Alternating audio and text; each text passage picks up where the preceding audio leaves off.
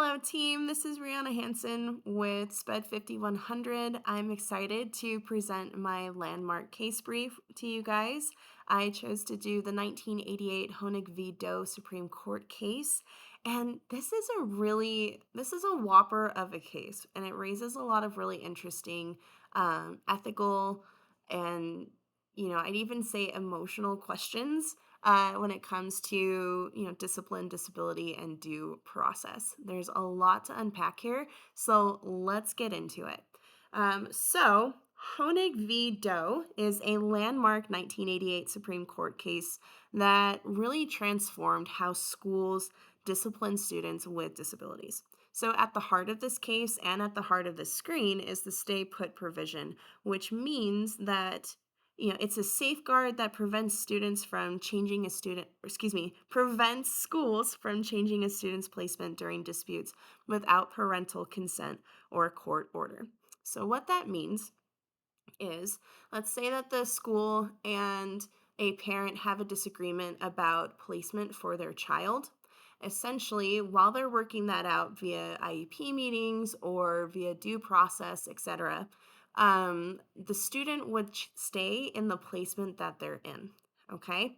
And when it comes to discipline, that is what this case is clarifying. So it essentially said, or at the heart of this is a long-term suspension or expulsion considered a change of placement and thereby a denial of FAPE and a denial of the stay put violation. So we're going to get into that a bit. And some of you might be wondering, like, well, wouldn't stay put mean a student can never be removed? And the answer to that is no. Short-term removals up to 10 school days are allowed, thanks to this case, and schools can seek court orders in the case of, safety threats. Okay, so just to put that to bed, but let's go ahead and get into kind of the history, before Honig v. Doe. So as we know, the 1970s were really big years for special education, but before 1975-ish, the educational landscape for students with disabilities was pretty bleak. Okay. Essentially, before the Education for All Handicapped Children Act, which laid the groundwork for IDA. It's kind of the predecessor there.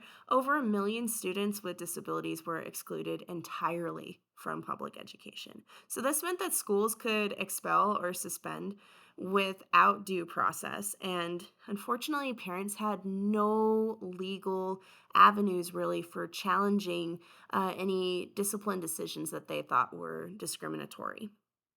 Okay, you might be wondering, well, why didn't states already protect these students? And the answer to that is special education at the time was inconsistent and often underfunded. So, this is why it was necessary to make sure that students with disabilities had equal rights nationwide. Okay, so let's talk about real quick some of the early laws that had to do with special education. You had cases like Park v. Pennsylvania and Mills v. Board of Education. They established the right to an education for students with disabilities. And then you have Section 504 of the Rehabilitation Act in 1973 that prohibited discrimination against people with disabilities in by any federally funded program, and that includes public education. Okay.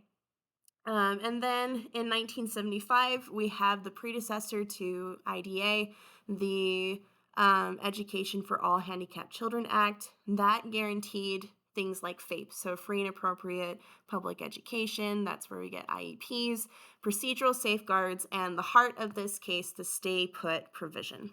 Okay. Now, some of you might be wondering, was stay put originally meant for discipline cases? The answer to that is the law didn't explicitly say, which is why Honig v. Doe was needed to clarify it. So let's talk a little bit about what led to this case, okay? It started with John Doe. He was a 17-year-old with classification of emotional disturbance. He ended up choking another student during an argument. And he it was not a great interaction. He kicked out a school window while being escorted to the principal's office, and the school suspended him indefinitely pending expulsion proceedings. His parents were like, you didn't go through the proper channels via his IEP. This is a change in my child's placement, and you did this without due process. Okay? Well, around the same time, you have Jack Smith. He was a 14-year-old with emotional disturbance. He had a history of stealing and extorting money from his peers, and he'd made some lewd comments to female students as well as other disruptive and aggressive behaviors. And he also ended up being suspended indefinitely. So they tacked on to this case, and um, essentially apologies, the parents were like, this is not okay. This is a change to my child's placement. You didn't go through the proper legal channels for this. And said, the district essentially argued that, it was for the safety of other students. And this set the stage for a legal battle. Okay. So some of you might wonder, what if their behaviors endangered others? And the response to that would be, yes, safety is important, but when talking legally, IDA requires that long-term removals follow due process and determine if a behavior is a manifestation of the disability. Okay, and this is where I kind of interpret it personally as, what are we doing? Um, what are we doing to make sure that we are trying to support the student? Are we putting into place things like, functional behavioral assessment, behavioral intervention plans? Are we exhausting everything that we can within reason, um, before we jump the gun and head straight to things like expulsion and indefinite suspension? Um, and this is especially important for students where their behaviors can be linked to their disability. It's about making sure that they are also receiving a free and appropriate education. Not saying that other students don't have a right to free and appropriate education. Of course they do, but we want to make sure that we're not jumping the gun in any case. So let's go ahead and talk about kind of what happened from incident to Supreme Court ruling. The parents argued that the suspensions violated stay put by changing placement without due process. Um, the they took it to the lower courts, so the district court ruled for the students. They issued an injunction ordering school to reinstate the student. The district appealed. Then they went to the Ninth Circuit, and the Ninth Circuit affirmed the decision. They upheld the decision, and the school district appealed to the Supreme Court. And in 1987, the case was accepted, and oral arguments began in January of 1988.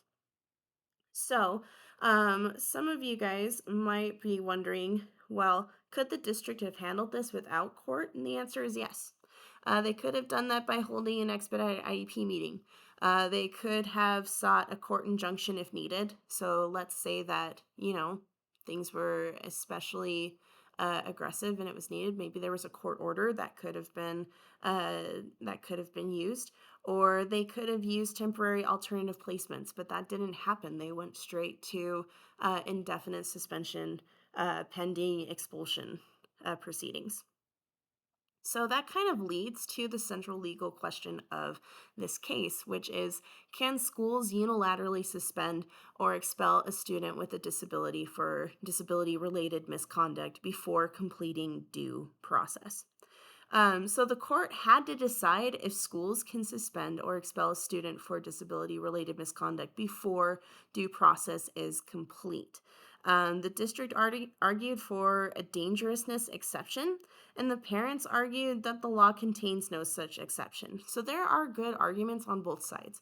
Obviously, the parents are going to say, stay put has pretty plain language. Congress is deliberately protecting my child from being excluded. If you expel my child for behavior that is directly linked to his disability without going through due process that is discriminatory towards my child. You have other options for addressing school safety concerns, and due process needs to be followed before proceeding to long-term quote unquote solutions. On the other hand, the school district was like, safety concerns override the state put provision. We need flexibility to handle dangerous students. Um, Congress couldn't have intended to prevent schools from protecting other students, and there needs to be a dangerousness exception to stay put. Okay.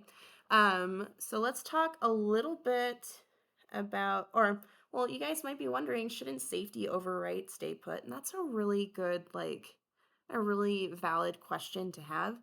The answer is that IDA always allows safety measures, but Congress intended for strong protections against discrimination and exclusion for disciplinary or disability related behavior. Okay, so let's talk a little bit about the Supreme Court decision. Apologies, I jumped ahead there a little bit. The court ruled 6-2 for the students. They said that stay put applies during discipline proceedings, and they also provided that schools can suspend for up to 10 days without violating stay put, but anything longer requires an agreement from the parents, an IEP team, or a court order. Okay. Now, some might be wondering, why not allow a dangerousness exception? The answer to that is the school found Congress deliberately left it out to protect rights and ensure safety concerns are handled through legal processes, not unilateral action. Okay. Um, let's talk a little bit about, because this is where it gets into, okay, what are we doing to support the student and to help them address the core issues of the behavior, helping them um, to make changes before, heading to more permanent or long-term leaves. So we could say that Congress knew about behavioral challenges, but they chose to protect students from exclusion. So schools have tools. This is where let's look, instead of heading straight for expulsion and suspension, let's look at the tools that we have. So we have things like short-term removals, those 10 days. We have things like, FBAs, functional behavioral assessments, and we have um, behavioral intervention plans. So um, are those things being utilized at all? We need to balance the safety and the rights. And balancing safety and rights means following procedures. But isn't this more work for schools? And the answer is that is yes.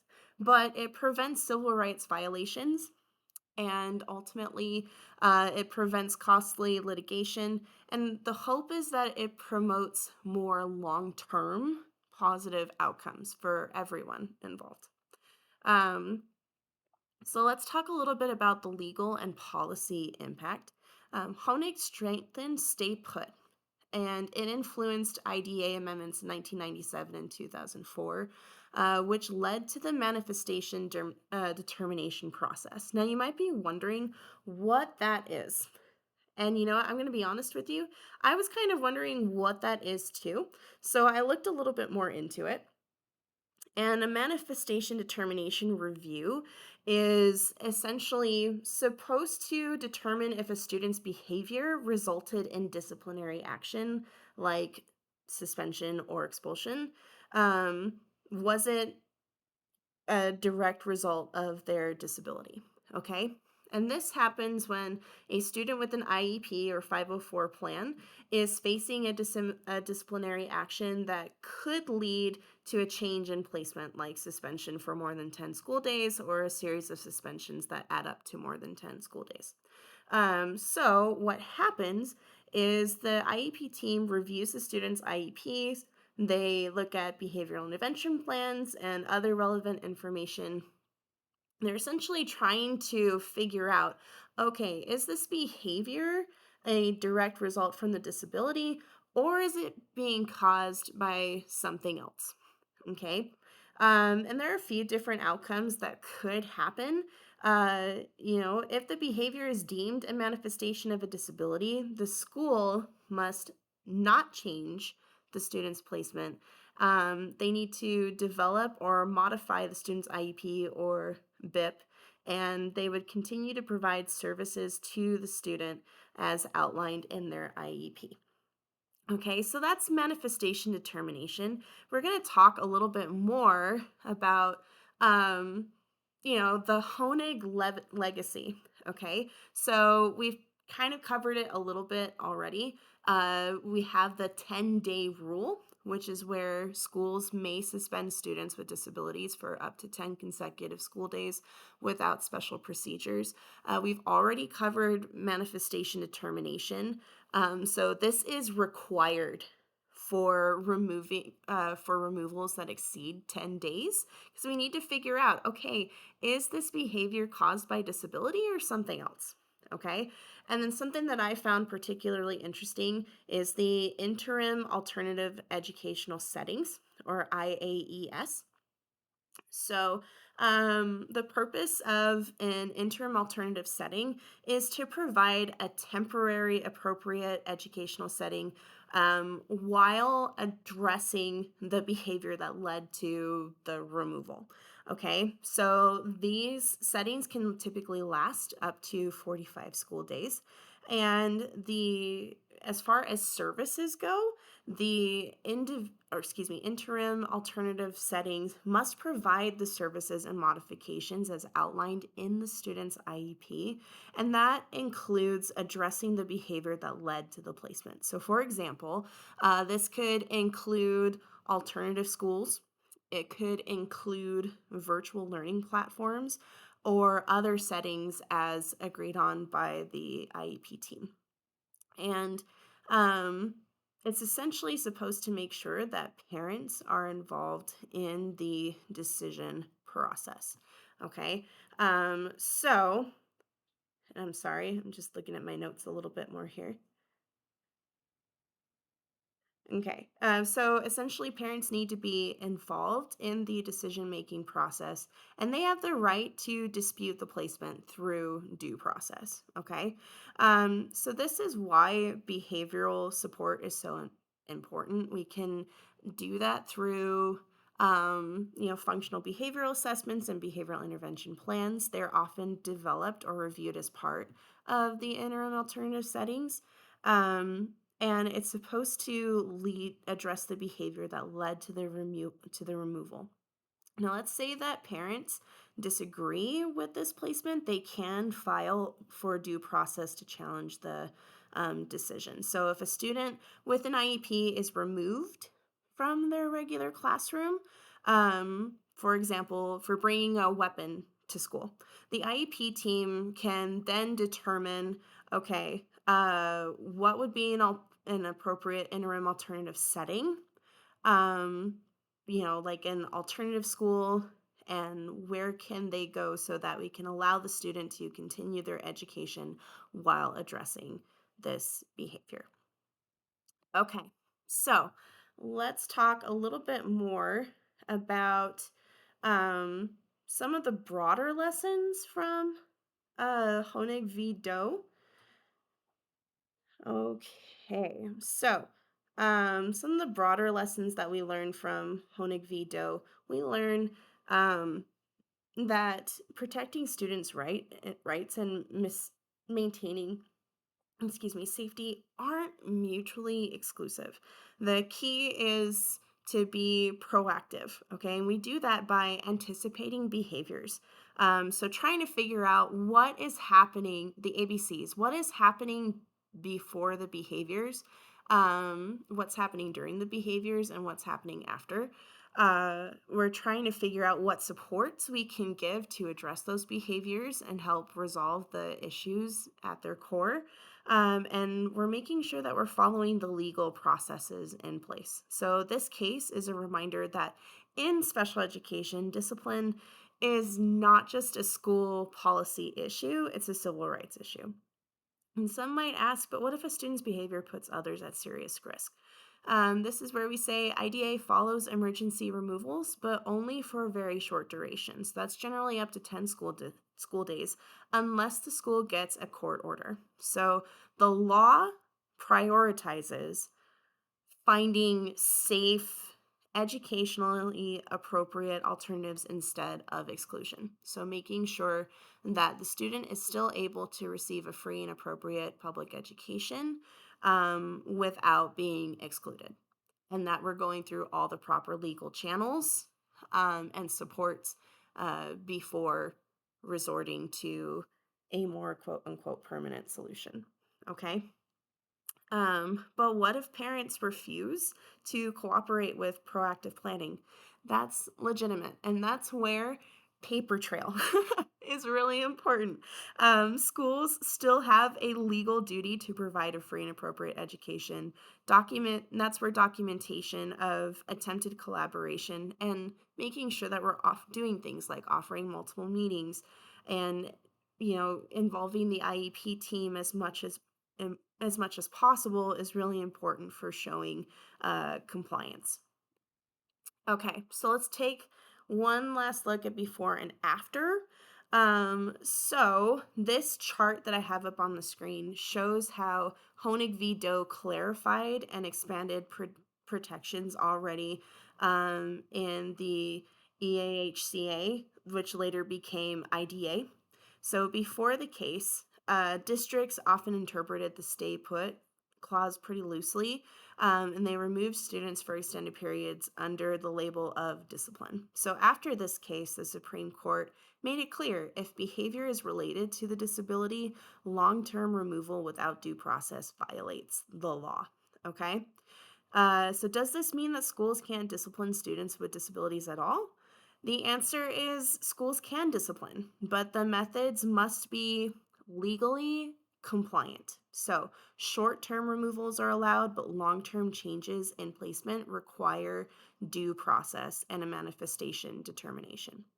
But what if the student's behavior is unpredictable or escalates quickly? Again, another legitimate question. This is where things like a functional behavioral assessment and behavioral intervention plan are critical because they help to get at the core of okay, what's the trigger? What is the response? And it helps to make sure that safety measures are kept within legal boundaries. So, helping to get at the core of the behavior and address it and hopefully come up with a healthy and more positive outcome, and making sure we're doing that within legal boundaries without resorting to things like uh, suspension or long-term suspension or expulsion. So, in summary, Honig v. Doe solidified the stay put protection and shaped how schools discipline students with disabilities. And even decades later, this decision is still guiding how we as educators handle discipline, and how we balance the need for safe learning environment with the rights of every student. Okay, so with this, I'll go ahead and end my presentation. I have some discussion questions up here on the board. I encourage you guys to go ahead and take a quick screenshot. I'm really looking forward to seeing what you guys say. Hope I did this case. I hope I did this case justice. There is a lot to unpack here. I spent the early days of my special education journey, some of the earlier years in behavioral ed. And, as a special education teacher with that experience, there is, I kind of feel a little split, to be honest with you. There's a part of me that remembers what it was like to be in behavioral education and feeling kind of stretched and burnt out and wondering what was the best, um, what's the best course of action for this student, for, the other students in my class, and for, other educators. And then at the same time, there's that part of me that truly loves and cares for all of my students and recognizes that behavior is often communication. And am I getting at the core of what's causing that? Am I helping them to develop healthier responses and healthier long term habits? Or am I just doing kind of a quick, snapshot judgment? Am I making calls that have negative long term effects? So I'm really looking forward to seeing what you guys think. Please feel free to answer these questions. If you have any other questions, feel free to comment below. But yeah, thank you all so much and have a wonderful week. Bye.